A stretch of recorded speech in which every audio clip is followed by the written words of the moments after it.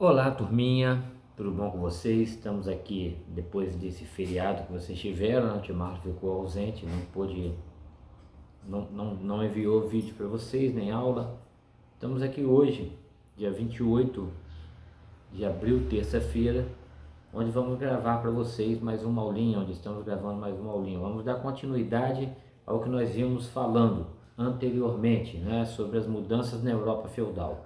Nós paramos aí na página, deixa eu ver no livrinho de vocês, na página 76, tá bom? Para vocês verem aqui, ó, 76, crise, doenças e revoltas. Bom, vamos guardar o livrinho, se tiver mais alguma coisa eu mostro para vocês.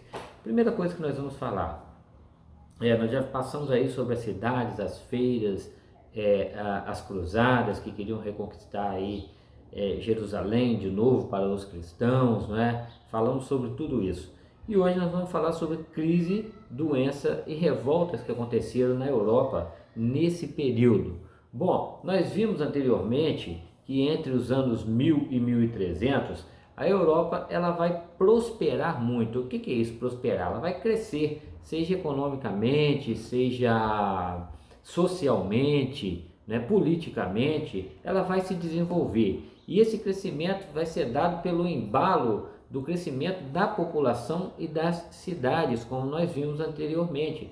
O povo saindo, né, da área rural, da zona rural, e indo para a zona urbana, para as cidades, para aumentar, para crescer o contingente da cidade. Eles iam trabalhar, principalmente como artesãos, pedreiros, ferreiros, né, trazer aquilo que eles sabiam para ser feito na cidade e assim vender o seu produto. Montaram corporações, como nós vimos anteriormente.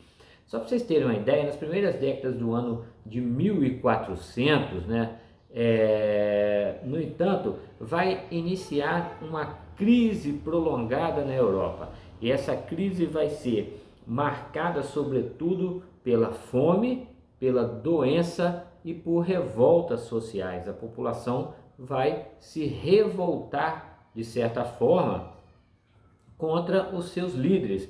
Naquelas décadas, a oferta de alimento ela vai se tornar insuficiente para atender à necessidade da população que crescia desordenadamente, que crescia em ritmo acelerado. Então, a população ela vinha simplesmente aumentando muito.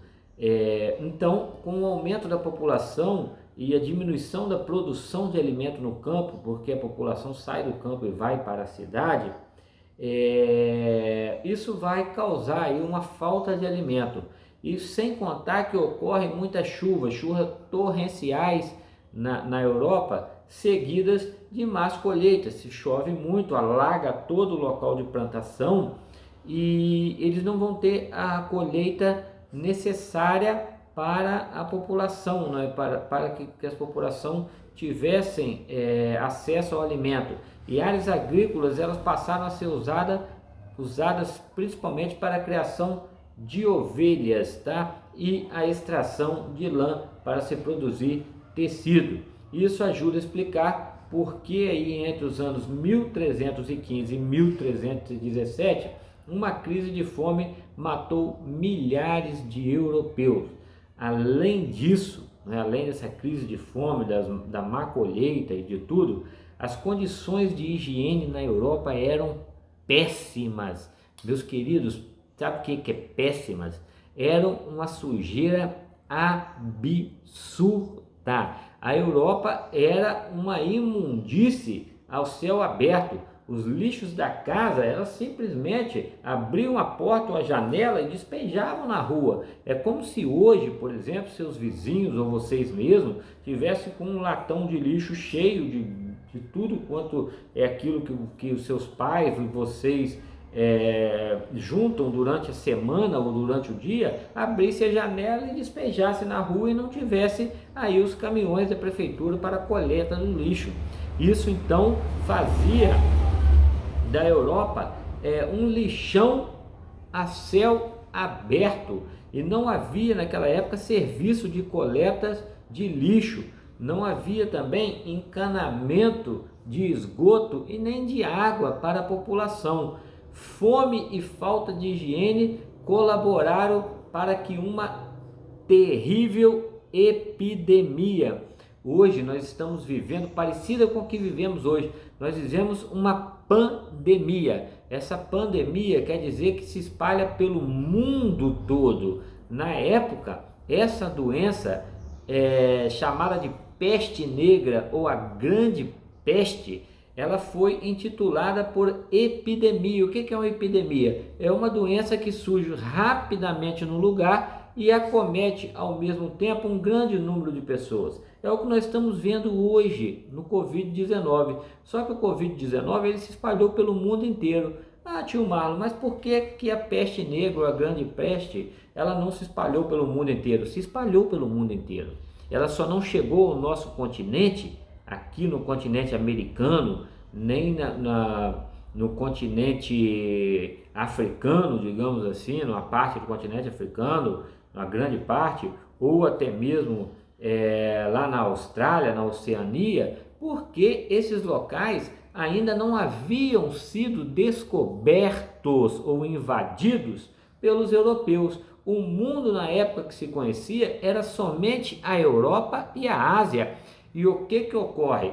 Essa grande peste ou peste negra vai chegar a esses locais, tá? E atingiu toda a Europa, desde Portugal a oeste até a Rússia a leste. Então veja bem que foi a Europa toda tomada pela grande peste e pessoas morriam. Essa peste era uma doença transmitida por pulgas que picavam os ratos e depois picavam os seres humanos, não é? Então, ela é a famosa peste bubônica que nós conhecemos hoje.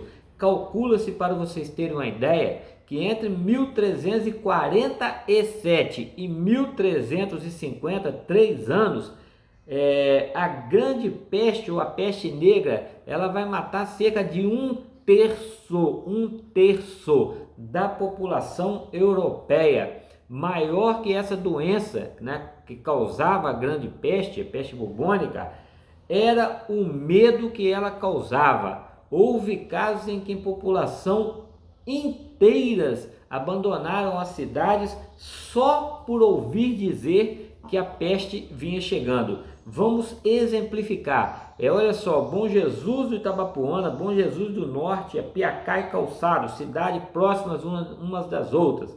Se fosse na época da peste negra e ouvisse dizer que essa peste negra chegou ali em Itapiruna, a população daqui simplesmente ia sumir, abandonar tudo que tinha, seus lares, suas casas, e procurar um lugar mais distante possível de Itapiruna. Ou seja, vamos sair todo mundo e vamos para Alegre, vamos para Cachoeiro, vamos ficar longe de Itapiruna, que Itapiruna já tem a peste negra. Só de ouvir falar já causava medo e a população metia o pé e saía daquele local. É mais ou menos o que nós estamos vivendo hoje, né? Não podemos sair de casa, temos preocupação. Se ouviu falar, Bom Jesus tem um caso, 2 casos, morreram 2 pessoas, 3 pessoas.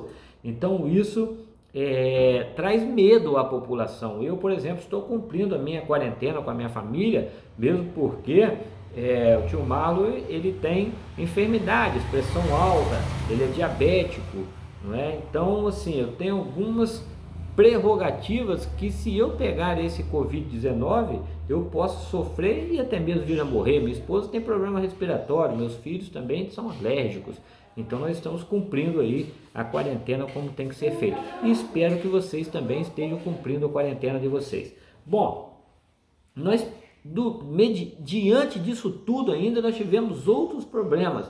A Guerra dos 100 Anos. Esse nome é um nome que não convém dizer da guerra. Ela é chamada de Guerra dos 100 Anos, mas na realidade a guerra ela durou 116 anos. Ela vai começar em 1337 e vai acabar em 1453. Ah, tio Mar, mas foram 116 anos de guerra direto, morreu muita gente. Não, ela não foi um conflito de 116 anos direto, tá? E essa Guerra dos 100 Anos, ela foi um episódio que também contribuiu para a crise do século XIV. E foi um conflito armado entre a França e a Inglaterra, né, que vai durar 116 anos. E foi interrompido diversas vezes. Ela teve momentos de paz, momentos de trégua, mas vira e mexe voltava. Os principais motivos dessa longa guerra foram, gravem isso, a disputa pela rica região do Flandres, tá? E o interesse do rei da Inglaterra e também se tornar rei da França. Esse foi um dos motivos. A longa duração desse conflito explica-se pelo grande poderio bélico dos ingleses, né, que tinha por um lado a vontade de se tornar rei da França e conquistar a região do Flandres, e a obstinada resistência dos franceses pelo outro lado, lógico. Ela foi a primeira grande guerra europeia e provocou profundas transformações na vida econômica da França, da Inglaterra e da Europa Ocidental. Essas transformações foram de ordem econômica, social e política, que atinge toda a Europa. Inicialmente os ingleses eles conseguiram vitórias sobre os franceses e ocuparam aí parte dos domínios franceses. Lógico, inclusive ocuparam a cidade de Paris.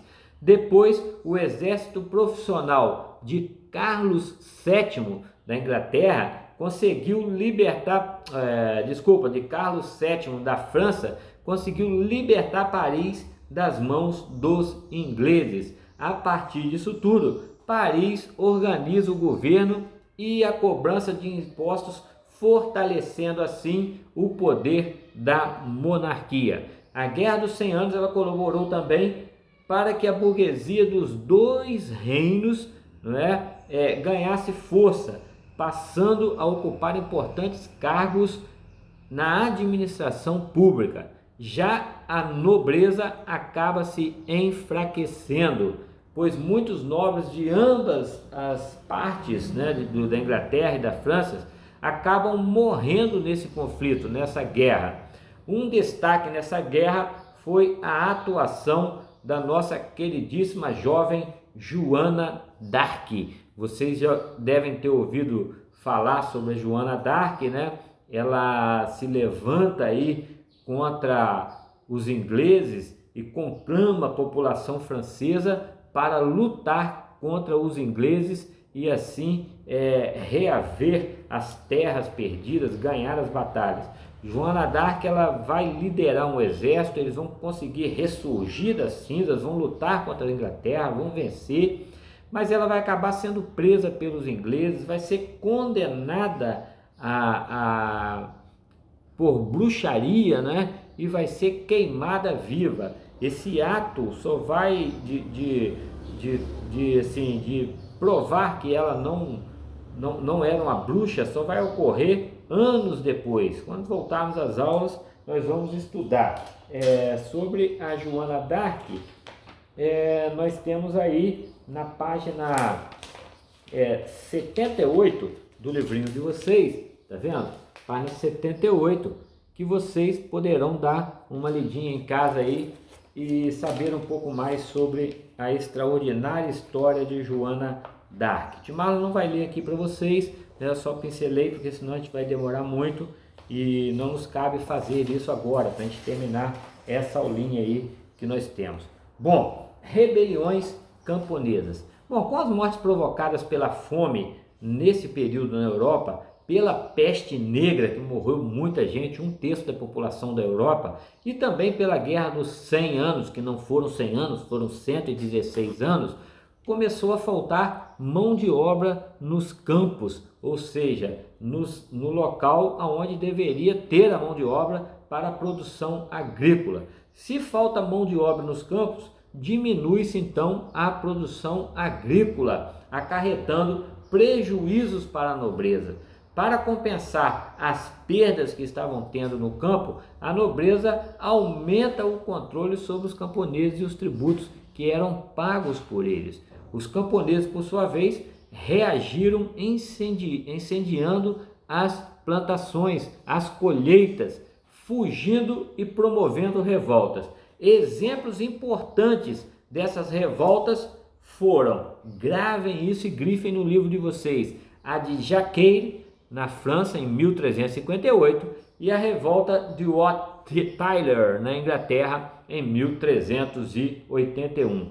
Jacqueline é, na verdade, o nome de uma série de revoltas, não foi uma só, que explodiram nas proximidades de Paris e no interior da França. Ao mesmo tempo, elas se interligaram nesse período. Os milhares de camponeses que delas participaram na época dessa revolta incendiaram castelos e mataram muitos nobres, foram muitos mortos. Estes reagiram e, de posse de melhores armas e de treinamento militar, lógico que eles tinham, sufocaram a revolta, massacrando os rebeldes. Foram isso que os nobres fizeram.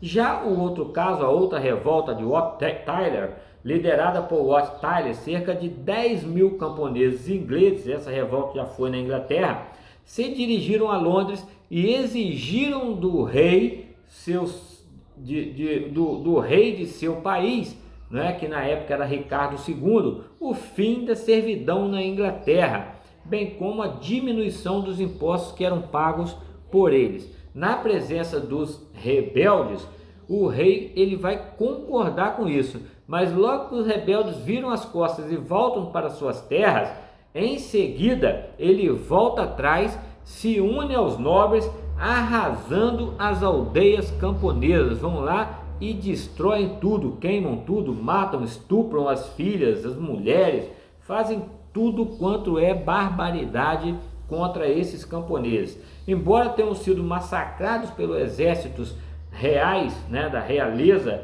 e da nobreza inglesa, essas revoltas elas contribuíram para o enfraquecimento do feudalismo na Europa Ocidental. O feudalismo ele vinha dessa forma, chegando ao fim, já via se acabando com a servidão, acabando com tudo. E vai tendo fim aí o feudalismo, vamos entrar aí na era do capitalismo. Na próxima aula nós vamos estudar sobre humanismo e renascimento. Ok, galerinha?